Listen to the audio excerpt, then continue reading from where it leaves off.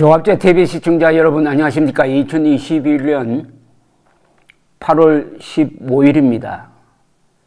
위대한 대한민국 건국 73주년이 되는 오늘, 문재인은 대통령 자격이 없다는 것을 스스로 증명했습니다. 우리 헌법은 대통령의 책무로서 국가의 독립, 영토의 보존, 국가의 계속성, 그리고 헌법 수호를 명시하고 있습니다. 문재인은 국가의 계속성 수호라는 대통령의 책무를 오늘 다시 한번 부정했습니다. 오늘은 건국기념일입니다. 그러면 당연히 연설에서 대한민국 건국과 관계되는 이야기를 해야 될 것 아닙니까? 그런데 1945년 8월 15일 연합군의 승리로 이루어진 해방에 대해서만 이야기를 하고 건국 이야기는 싹 빼버리고 말았습니다. 이게 처음이 아니죠. 문재인은 대한민국이 건국되었다는 사실 자체를 부정하는 자입니다. 그러니까 건국일이 없는 나라로 만들어버렸습니다. 생일이 없는 존재로 만들어버렸습니다. 즉 태어나서는 안 될 나라였다는 이야기죠. 대한민국의 불효자입니다. 문재인은 대한민국의 계속성을 이어가지 않으므로 어떤 집안의 종손이 그 집안 욕하는 자와 똑같습니다. 불효자입니다. 문재인은 대한민국의 불효자입니다. 이 연설에서 건국이란 말은 마지막에 한 번 나오는데 그건 아무 의미 없고요. 온통 광복 이야기만 합니다. 해방은 된 겁니다. 왜냐? 연합군의 승리에 의해서 해방된 겁니다. 그러나 대한민국은 건국한 겁니다. 우리 힘으로 이승만 대통령의 영도하에 미국과 유엔의 전폭적인 지지하에 축복 속에서 태어난 것이 대한민국 건국이었습니다. 그리고 건국된 대한민국은 국민국가였습니다. 우리 민족사상 처음으로 등장한 국민이 주권자인 국가의 탄생 73주년 날 문재인은 그 사실을 인정하지 않았습니다. 대한민국 생일을 지은 자, 대한민국 족보를 바꿔치기 한 자, 문재인이 마지막 기회를 스스로 포기했습니다. 생일을 부정하면 인간이 아니잖아요. 대한민국의 생일을 부정하면 대한민국은 국가가 아니란 뜻이고, 어떤 사람의 생일을 부정하면 생일 없으면 인간이 아니잖아요. 짐승이든지 뭐 사생하든지. 결국 대한민국의 건국을 부정함으로써 문재인은 스스로 정상인이 아니라는 것을 증명한 셈입니다.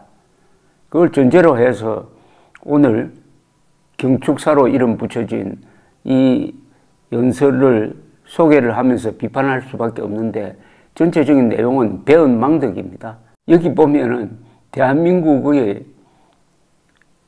발전했다는 이야기를 해요. 생일 없는 대한민국이 발전했다고 하니까 논리성 모순입니다. 그런데 또 코로나 또 자랑을 합니다. 코로나 대처 방역 잘했다는 자랑을 또 합니다. 대한민국이 개발도상국의 모델이 되었다는 이야기를 한참 늘어놓습니다. 그런데 그건 누구 덕분입니까? 이승만, 박정희 두 분의 덕분으로 그렇게 된 건데, 이승만, 박정희 이름 싹 빼버리고, 유엔의 이름도 빼버리고, 도움을 준 미국의 이름도 빼버리고, 자랑을 하니까 이게 주인공이 없습니다. 주어가 없습니다. 그럼 그 근사한 개발 모델, 세계가 부러워하는 한국의 경제 개발 모델은 그럼 누가 만들었습니까? 혹시 김일성이가 만들어가지고 남한에 선물해 줬다고 생각하는 겁니까? 이런 자를 대통령으로 뽑았던 국민들이 내년 3월 9일에 그보다 더 문제 많은 사람을 대통령으로 뽑는다면 대한민국은 아프간처럼 국가적 자살을 선택하는 길이 될 것입니다. 첫 문장이 이렇습니다. 광복 76주년을 맞은 오늘 마침내 홍범도 장군의 유해가 고구에 도착합니다. 첫 문장이 이렇게 시작돼야 되겠습니까? 건국 73주년, 해방 76주년을 맞은 오늘, 건국의 아버지 이승만 대통령과 건국을 가능하게 해주면서 밀어주었던 유엔 그리고 미국에 감사합니다 라고 해야 되는 것 아닙니까? 오늘 감사는 많이 해요. 그런데 누구한테 감사하느냐 하면 독립영웅들에게 감사를 하고 건국 영웅들에게는 감사를 하지 않습니다. 아니, 건국전 날 건국 영웅들에게 감사하지 않으면은 건국절을 왜 기념하는 거죠? 오늘이 건국절이 아니라고 한다면 좋습니다. 정부 수립일로는 건국이란 말 쓰기 싫으면 정부 수립일 맞죠? 문재인이 대표하는 대한민국 정부가 73년 전에 수립되었다는 것은 아무리 건국을 부정해도 그 사실은 부정할 수 없습니다. 그런데 대한민국 정부 수립 73주년이란 말도 하지 않습니다. 이거는 문재인이가 스스로 대통령이 아니란 이야기죠. 자기가 대표하는 정부가 수립된 생일을 언급하지 않고 해방된 것만 강조합니다. 그 해방이 우리 힘으로 된 겁니까? 독립군이 한반도에 상륙해가지고 해방한 겁니까? 미국을 주축으로 한 연합군의 승리 덕분 아닙니까? 그러면 어느 게 더 소중하냐 이거죠. 해방된 것은 피동적인 것이고 건국한 것은 우리가 주동적으로 한 것 아닙니까? 이 사안의 대소왕급을 구별 못하는 자가 대통령이 되니까 대한민국이 지금 김여정의 말하자면 문재인을 통한 위임 통치하에 놓이게 되었다는 비아냥까지 나오고 있습니다. 광복의 감격과 그날의 희망은 지금도 우리의 미래입니다. 모두가 새로운 나라를 세우자는 꿈으로 가슴이 벅찼습니다. 어머니, 아버지는 자식들을 가르치는 데 힘을 쏟았습니다. 나라를 세우자는 꿈으로 가슴이 벅찼다고 해놓고 그 나라가 세워졌다는 사실은 인정 안 해요.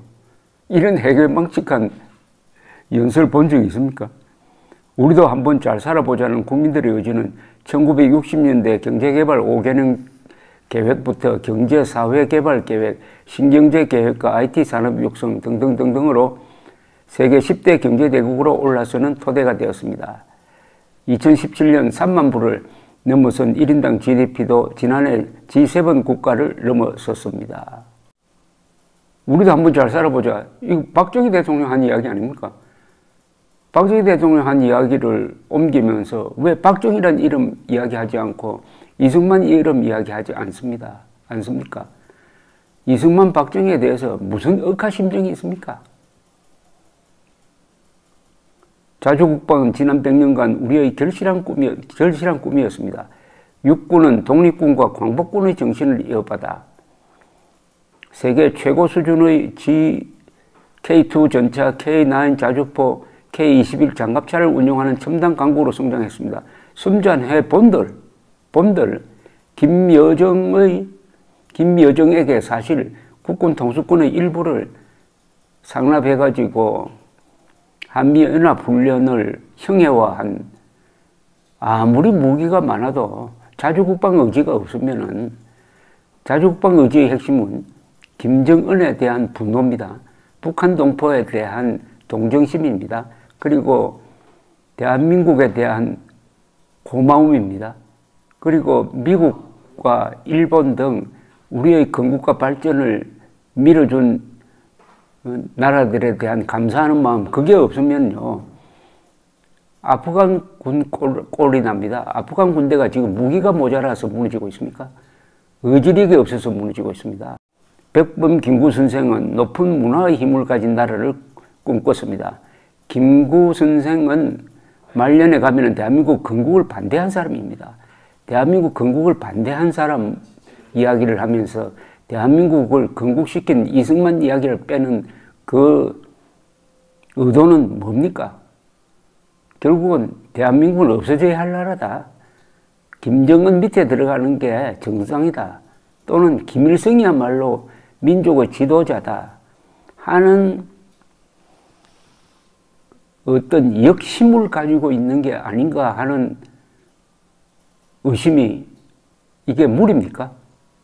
지난 6월 유엔 무역개발회의는 만장일치로 개발도상국 중 최초로 우리나라를 선진국으로 격상했습니다. 우리는 누구도 가보지 못한 길을 열어왔습니다. 식민지와 제3세계 국가에서 시작해 개발도상국의 새로운 성공 모델을 만들어냈습니다. 이 대목에서 박정희, 이승만 대통령이 이야기해야 되는 것 아닙니까? 이승만이 만든 한미동맹과 교육, 개혁, 그리고 무엇보다도 토지개혁이 있어가지고 박정희 대통령의 고속 경제성장이 성공했다 하는 말을 여기 넣어야 되는 것 아닙니까? 왜 이거 뺍니까? 6.25 기념사에서는 김일성이 남침했다는 김일성을 빼는 사람이니까, 그러니까 우리가 분노해야 할 상대에 대해서 분노하지 않고 우리가 감사해야 할 사람들에게 감사하지 않는 경축사, 이게 결국 나중에 가면 자화자찬으로 흐릅니다. 자화자찬. 이 건국이란 말이 한 번 나오긴 나오더라고요. 존경하는 국민 여러분, 해방 다음 날인 1945년 8월 16일 민족의 지도자 안재홍 선생은 3천만 동포에게 드리는 방송 연설을 했습니다. 조선건국준비위원회 부위원장이었던 선생은, 여기 건국이 한번 나오네요. 패전한 일본과 해방된 한국이 동등하게 호혜적인 관계로 나아가자고 제안했습니다. 안재홍 선생이 아주 그런 훌륭한 연설을 한 것은 사실입니다. 조선 건국준비위원회 부위원장이었다는 이런 호칭을 붙이려면은 건국의 의미를 정확하게 해야죠. 그때 해방되니까 여운형, 좌파의 나중에 꼭두각시가 되어버리는 여운형 주도로 건준이라는 것을 만드는 것은 사실입니다. 이승만 대통령이 귀국하기 전입니다. 그러나 그 건준이 공산주의자들에 의해서 좌지우지 되니까 미군정이 그것을 인정하지 않았습니다. 이승만 대통령도 그걸 인정하지 않았습니다. 그래서 그것을 공중분해되고 결국 이승만 주도의 건국으로 나아가는 것인데, 하필 그때 건국이란 말을 한번 쓰고 대한민국 건국이란 말은 여기 실종돼 버리고 말았습니다. 좌익들이 주도했던 실패한 건국 이야기는 쓰고 이승만이 주도한 진짜 건국 이야기는 빼버렸다 이겁니다. 어떻게 하면은 이승만, 미국, 유엔, 그리고 한국의 보수 세력을 깔아뭉개려고 하느냐. 여기에 또 완전히 반역적인 표현 하나가 나옵니다. 촛불혁명이라는 말이 나옵니다. 촛불혁명이라고요? 대통령 입에서 촛불혁명이 나오려면 그 촛불혁명이 헌법에 적혀 있어야 합니다. 혁명이라는 것은 기존 질서를 파괴하는 겁니다. 그러면 문제인식 역사관은 촛불혁명으로 기존의 대한민국, 제6공화국이죠. 우리가 지금 제6공화국에 살고 있는데 제6공화국은 사라졌다라고 생각을 하고, 사실상 이 정부를 혁명정권, 그것도 좌익 혁명정권으로 인식하고 그동안에 국정을 운영했다는 고백이 아닌가 하는 생각이 듭니다. 대한민국의 불효자 문재인으로부터 8.15 경축사를 듣는 것도 이게 마지막입니다. 그나마 다행입니다. 감사합니다.